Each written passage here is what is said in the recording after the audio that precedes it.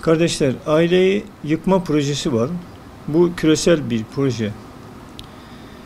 Kinsey projesi, 350 Meclisi projesi diyoruz. 8 milyar insanı işte 800'e 500 milyona indirmek için bir proje bu.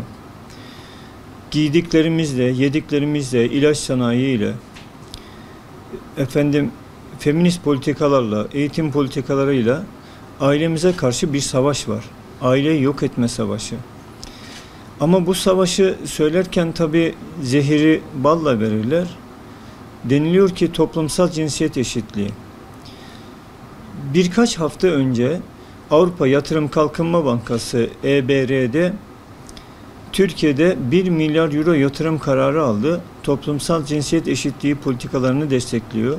Ford eliyle, Fatma Şahin eliyle buralarda İFSAT projesine destek veriyor. Toplumsal cinsiyet eşitliği okullarda, Diyanet'te, Milli Eğitim'de, bütün her yerde İçişleri Bakanlığı'nda uygulanıyor. Geçtiğimiz ay kaldırdık deniliyor. İşte YÖK'te geri adım atıldı ama bu sefer de Cumhurbaşkanlığı'nın kalkınma planında var. Bunlara topyekün olarak karşı çıkmamız lazım. Evlenip ayrılabilir, mümkündür, geçinemez, zulüm olmasın, zulüm devam etmesin diye ayrılabilir. Ama ayrıldıktan sonra ömür boyu nafaka var. Ömür boyu ayrıldığınız kişiyle bağınız hiçbir şekilde kesilmiyor. Bu toplantıları niye yapıyoruz? Cinnet cinayetleri önlemek için. Her gün Türkiye'nin birçok bölgesinde cinayet haberlerini okuyoruz, izliyoruz, dinliyoruz. Mahallemizde oluyor bunlar. Siz evden İstanbul Sözleşmesi'nin 62-84 maddesine göre babayı uzaklaştırırsanız ve evine bu baba yaklaşamaz. Üst katta annesi babası, orta katta kardeşi, alt katta dükkanı var. Buraya yaklaşamaz 500 metre. Bir de çocuğunu göstermezseniz bu adam ne yapar? Herhangi bir erkek sığınma evi de yok. Nereye gidecek? İtibarı sarsılmış. Çocuğunu da göstermeyince başlıyor kayınvalidesinden, kayınpederinden, hanımından kendi çocuğunu da öldürüyor. Kendi canına da kıyıyor. Bu yasalar gerçekten ailemizi ifsad ediyor. Onun için biz 62-84 İstanbul Sözleşmesi kadının hakkını korumuyor. Bilakis kadını öldürüyor, ölüme götürüyor diyoruz. FETÖ konusunda nasıl yöneticilerimiz 10 sene sonra uyandılarsa biz 10 yıl geçmeden şimdiden güzellikle uyarmamız lazım. Bu insanlığa karşı savaş, ailemiz insanlığı yok ediyor, her gün ölümler var diye bunu söylememiz lazım. Bu sözleşmelerin temeli de ailesiz, cinsiyetsiz, ahlaksız bir toplum oluşturmak. Gayeleri bu. Uluslararası şer güçler var arkalarında. Buna karşı bizim de bütün Müslümanlar olarak herhangi bir vakıf, dernek, sendika, parti, tarikat, cemaat ayrımı yapmaksızın topyekün nasıl Filistin'de, Suriye'de birlik olduysak, başörtü meselesinde, Arakan'da, Mısır konusunda birlik olduysak ailemiz yok oluyor. Yarın Mısır'ı, Suriye'yi savunacak kardeşlerimiz de kalmayacak. Geçtiğimiz hafta mesela Cumhurbaşkanımızın eşi Emine Erdoğan gitti. Amerika'da bir toplantıda diyor ki erken evlilik kadına karşı en büyük şiddettir. Ya o zaman Peygamberimiz demek ki bu zamanda yaşasaydı tecavüzcüler koğuşuna atılacaktı. Şimdi Hayrun Nisa Gül 14'ünde evlendi. Abdullah Gül'ü de atsanız da o zaman içeriye. Ya Mustafa Kemal zamanında yani 2005 öncesi 1936 mı 26'dan bugüne kadar 14 yaş ve üstü evlilikler vardı. Hatta anne baba ve mahkeme kararıyla 13 bile vardı. İslam'ın Allah'ın yasak koymadığı bir şeyi yasak koymak tanrılık iddiasıdır. Helali haram, haramı helal yapma kimsenin haddine değil. Tecavüzcüler koğuşunda. Bu çocuk istismarıdır. Babam benim hapiste tecavüzcüler koğuşunda. Ne kadar ağır bir istismar bu. Bunlara dur demenin vakti geldi, geçiyor bile. Nafakada çözüm bak tek madde. 1988 öncesine dönülsün diyeceğiz. Aile yıkan yasalar Ve sözleşmenin kalkması gerekiyor. Bu sadece İstanbul Sözleşmesi değil. Fitnenin başı SEDAV. Kadına karşı ayrımcılık. Bak, erkeğe değil. Yani kadına karşı. Ya ayrımcılık tamam olmasın ama adalet olsun. Fıtrata aykırı bir şey olamaz. Eşitlik adalet değildir. Hadi inşaat işçisi ya da mezar kazma, çukur, lağım, kanalizasyon kazma işini kadın yapabilir mi? Maddelerde bile var. Böyle bir şey olamayacağına göre bunlara dur dememiz lazım. Aile yıkan, içkinin, kumarın, fuhşun ve faizin de yasaklanmasını istiyoruz. Aileyi yok etmek için kadını sokağa attılar ya, ev kadını diyor. Ya ev kadını demeyelim, anneliği istihdam olarak görelim, teşvik edelim. Onlara prim verelim, sigortasını yatıralım. Bir çocuk mesela 1000 lira, 700 lira para verelim. İkinci çocuğa 1400 lira, üçüncü çocuğa asgari ücret verelim. Sonradan belki düşürülebilir yani 500 lira, 300 lira gibi. Ama biz bunu yapmazsak kadını istihdam diye bak diyor ki efendim evden çıkaracağız. O zaman kadın evden çıkınca diyor ya ben yemek yapmam, çocuğa bakmam. Bir de böyle söylemler, yazılar, çiziler vardı. Çocuğa bakmak zorunda değil, şu zorunda değil, bu zorunda değil. Zaten biz ne yapıyoruz? Çocuk doğar doğmaz kreşe veriyoruz. Yani biz de ihtiyarlayınca sen bizi huzur evine gönder. Çocuğumuzu alıyorlar elimizde. 20 sene Kemalist eğitim sistemiyle ailemize dinamit koyuyorlar. Toplumsal cinsiyet eşitliğiyle dinamit koyuyorlar. Türkiye'yi belki Avrupa ülkelerinden ve dünyanın pek çok ülkesinden daha şanslı kılan aile yapısının sağlam oluşu idi.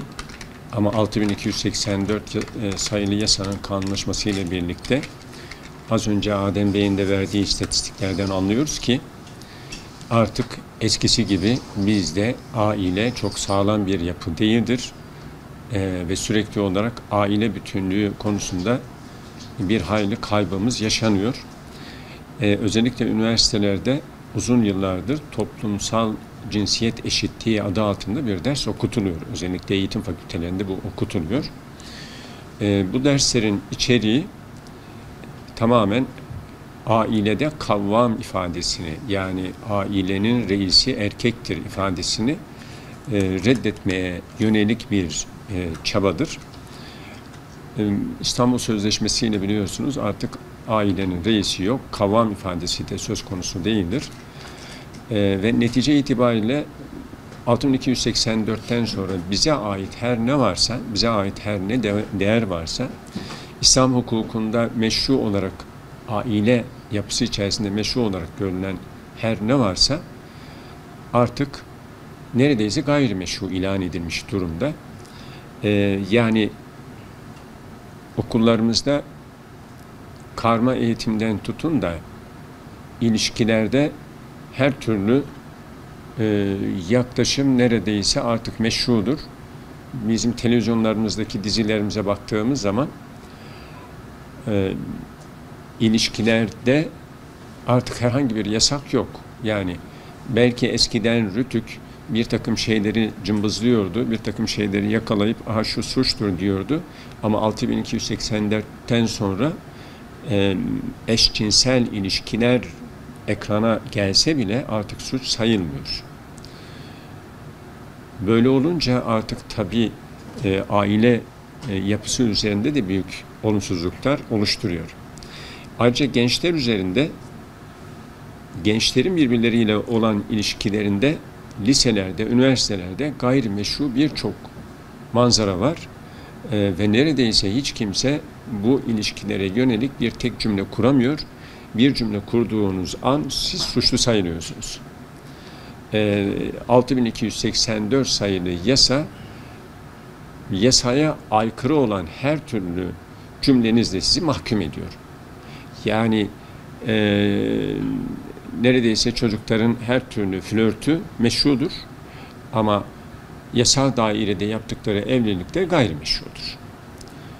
Ya da imam nikahlı birliktelik gayrimeşrudur ama iki taraf istediği diye bir araya gelip bunun meyvesi bile ortaya çıkarsa bu meşru sayılıyor ve hiç kimseye herhangi bir söz söylenmiyor. Vaziyet böyle olunca bizim değerlerimiz de tabii pörsümeye başladı. Dolayısıyla 6284 sayılı yasada bizim örfümüze, dinimize, inancımıza yönelik her ne varsa mutlaka bunların tümü ayıklanmalı, çıkarılmalı. Aile yapımız zayıfladığı anda bizi bir arada tutan hiçbir değer kalmaz. Dolayısıyla 6284 sayılı yasa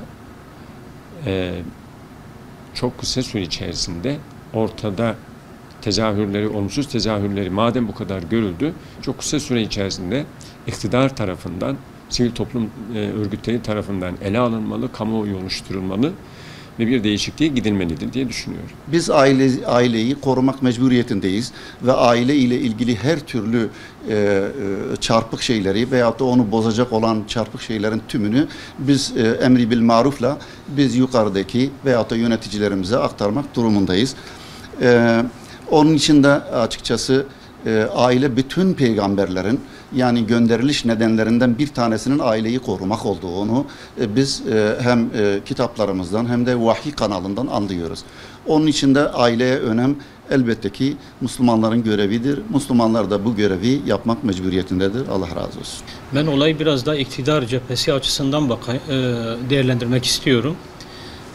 İslami söylemi ya da İslami görüntüsü ön planda olan bir iktidarımız var, bir hükümet var ve gerçekten de bu alanda yaptığı çok olumlu, yani yaklaşık 17-18 yıllık iktidarları döneminde başörtüsü, işte imam hatiplerin tekrar eski haline dönüştürülmesi, milli güvenlik derslerinin kaldırılması gibi birçok böyle toplumda belli oranda, belli konular üzerinde vesayetin kaldırılması ile ilgili olumlu katkıları oldu. Fakat bu son dönemlerde özellikle İstanbul Sözleşmesi üzerinden ailenin gitgide kötü bir noktaya evrilmesi bende bütün bu iyiliklerini silip atacak çok ciddi bir şeyle karşı karşıya olduğu, bir sıkıntıyla karşı karşıya olduğunu düşünüyorum. Yani hükümetin bu konudaki vurdum duymazlığını mı diyelim? Çünkü bu konuda çok fazla görünürde savunucu ifadeler kullanmasalar bile ama bugün uygulamada binlerce insan, on binlerce insan mağdur oluyor. Aile parçalanıyor. Bu konuda çok ciddi sorunlar yaşanıyor ve gelecekle ilgili de çok ciddi kaygılarımız var. O açıdan ben bu sorunun iktidar partisi tarafından çok iyi algılanmadığını düşünüyorum. Kendi içindeki feminist düşünceye sahip kesimlerin etkisi altında olduğunu düşünüyorum. Ve bu son dönemlerde sadece aileyle ilgili değil, özellikle İslami kavramlarla ilgili, özellikle cemaat, İslami aydın, kimlik, ulema anlamında da gerçekten ciddi kırılmaların olduğunu düşünüyorum. Ben özellikle talebim, isteğim bu konuların olabildiğince çok daha ciddi ve sağlıklı tartışılabilmesi ve bu konuda gerek toplumumuzun, yani bugün Türkiye toplumunun aileyle ilgili özellikle toplumsal cinsiyet adı altında getirilmek istenen, oluşturulmak istenen bu tür bir kötü durumun önüne geçilmesi yine bu kanunları meclisten geçirenlerin elinde olduğunu düşünüyorum. Onları harekete geçirmemiz gerekiyor. Ben bu yanlıştan dönülmesi talebinin daha gür bir şekilde dillendirilmesi hepimiz, toplumumuz, Müslümanlar, insanlık açısından hayırlı olacağını düşünüyorum. Allah razı olsun. Teşekkür ediyorum. Talebimiz şu. Ya en azından Rusya, Ermenistan bu işe karşı çıkıyor. Biz adına İstanbul Hilafet Merkezi'nin adını vereceğiz. Bari Rusya kadar bari ailemize sahip çıkalım. Ermenistan kadar, Macaristan, Bulgaristan kadar sahip çıkalım. Onlar 100 yıl LGBT faaliyetlerini yasakladılar. Geçtiğimiz hafta Süleyman Soylu açıklama yaptı. Sadece Amerika'dan, Ankara'daki affedersin o feminist terör örgütleri, LGBT derneklerine 22 milyon dolar para geldi. Yani ifsat hareketi çok büyük.